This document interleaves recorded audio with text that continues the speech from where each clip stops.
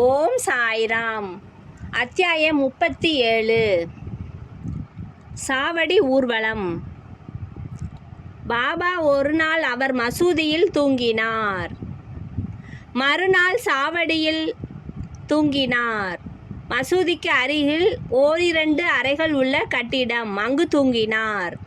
இவ்வாறு மாறி மாறி தூங்குவது பாபா மகா சமாதி அடையும் வரை நடைபெற்றது. 1909 ஆண்டு டிசம்பர் 10 முதல் அடியார்கள் பாபாவுக்கு சாவடியிலேயே முறையான வழிபாடு செய்ய தொடங்கினர். சாவடிக்கு போகும் முறை வந்ததும் மக்கள் மசூதியை சூழ்ந்து கொள்வர். மண்டபத்தில் சில நேரம் பஜனை செய்வர். அவர்களுக்கு பின்னால் துளசி பிருந்தாவனத்தின் வடதிசைக்கும் பாபாவின் முன்பும் உள்ள இடைப்பட்ட இடத்தில் ஒரு அழகிய ரதம் இருந்தது. பஜனையில் விருப்பமுள்ள மக்கள் இருந்தனர். பஜனையில் விருப்பமுள்ள ஆண்களும் பெண்களும் உரிய நேரத்தில் வந்தனர். தங்கள் கைகளில் தாள், சப்ளாக்கட்டை, கர்தால், மிருதங்கம், கோல் முதலிய இன்னிசை கருவிகளை வைத்துக்கொண்டு பஜனை நடத்தினர். அங்குள்ள அடியவர்களை எல்லாம் ஈர்த்து இழுத்த காந்தம் சாயிபாபா ஆவார். புறத்தேயுள்ள திண்ணையில் சிலர் தங்கள் தீவட்டிகளை ஒழுங்குபடுத்தினர். சிலர் பல்லக்கை அலங்கரித்தனர். சிலர் தங்கள் கைகளில் பிரம்ம குச்சிகளை வைத்துக்கொண்டு பாபாவுக்கு ஜெய கோஷம் செய்து கொண்டிருந்தனர்.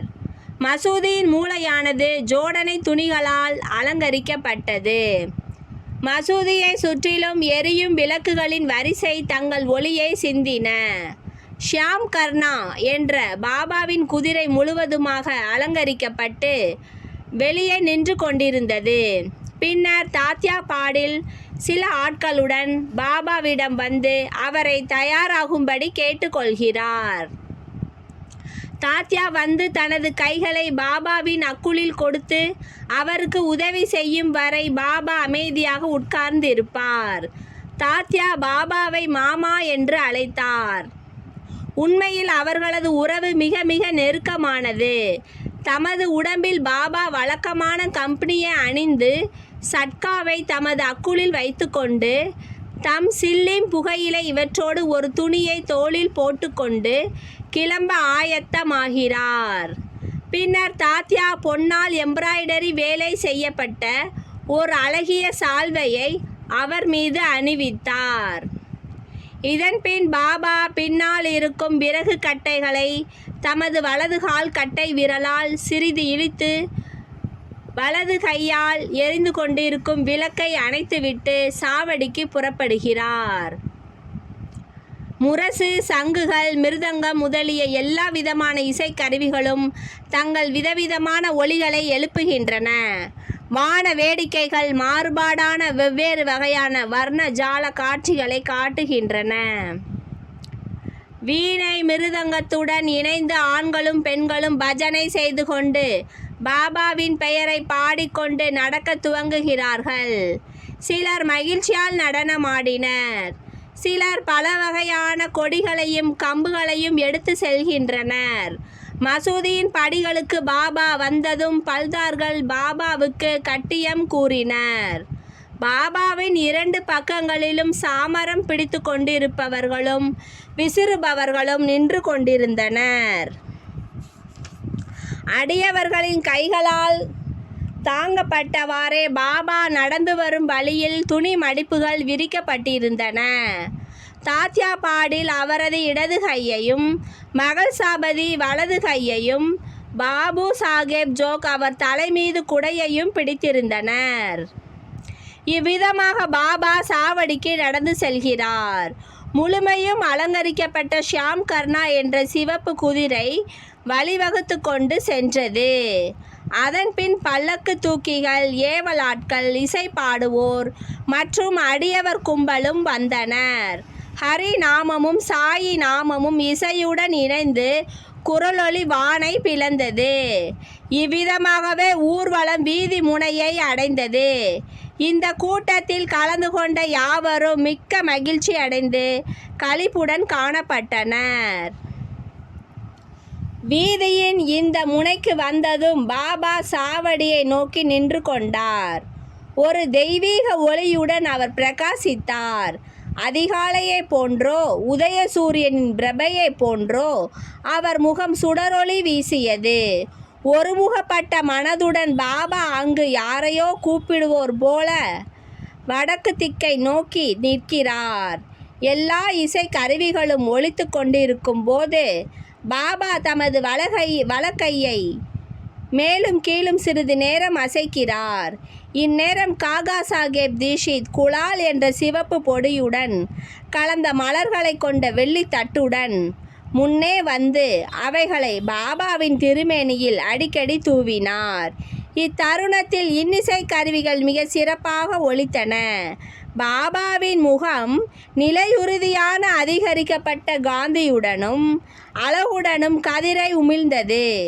எல்லா மக்களும் இந்த ஜோதியை தங்கள் மனநிறைவு கொள்ளும் வரை பருகுகிறார்கள்.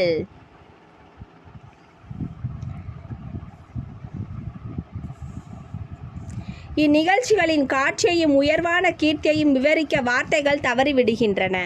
சில சமயங்களில் மகள்சாபதி ஏதோ ஒரு ஆவேசம் பிடித்தவர் போல் ஆடுகிறார்.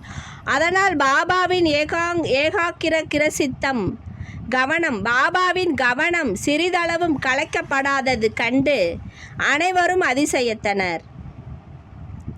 தமது கையில் விளக்குடன் தாத்யாபாடில் பாபாவின் இடதுபுறத்திலும் பகத் மகள்சாபதி வலதுபுறத்திலும் பாபாவின் ஆடையின் நுனியை பிடித்து கொண்டு வருகிறார்கள். எத்தகைய சுந்தர ஊர்வலம்! எத்தகைய பக்தியின் பாங்குகள்!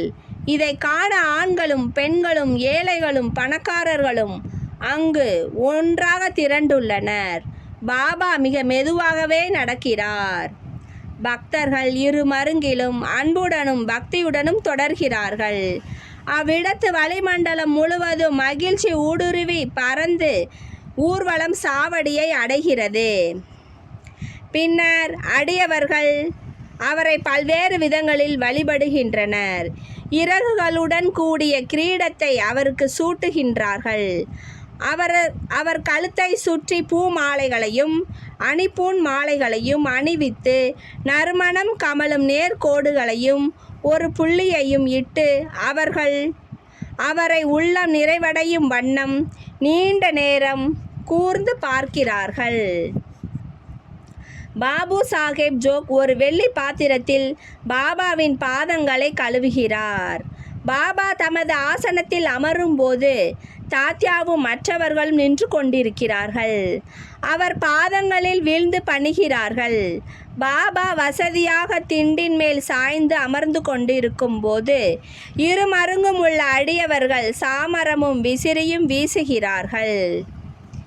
இந்த ஆரத்தி முடிவுற்றதும் அடியவர்கள் ஒவ்வொருவராக வணங்கி விடை பெற்று கொண்டு வீடுகளுக்கு திரும்புகிறார்கள். வாசகர்கள் ஒவ்வொரு நாளும் படுக்க புகும் முன் சாயிபாபாவையும் அவரது சாவடி ஊர்வலத்தையும் நினைவு கூறும்படியான வேண்டுகோளுடன் இந்த அத்தியாயத்தை முடித்து அனைவரும் இளைப்பாறுவோமாக. ஸ்ரீ சாயியை பணிக. அனைவருக்கும் சாந்தி நிலவட்டும். ஓம் சாய்ராம். ஜெய் சாய்ராம்.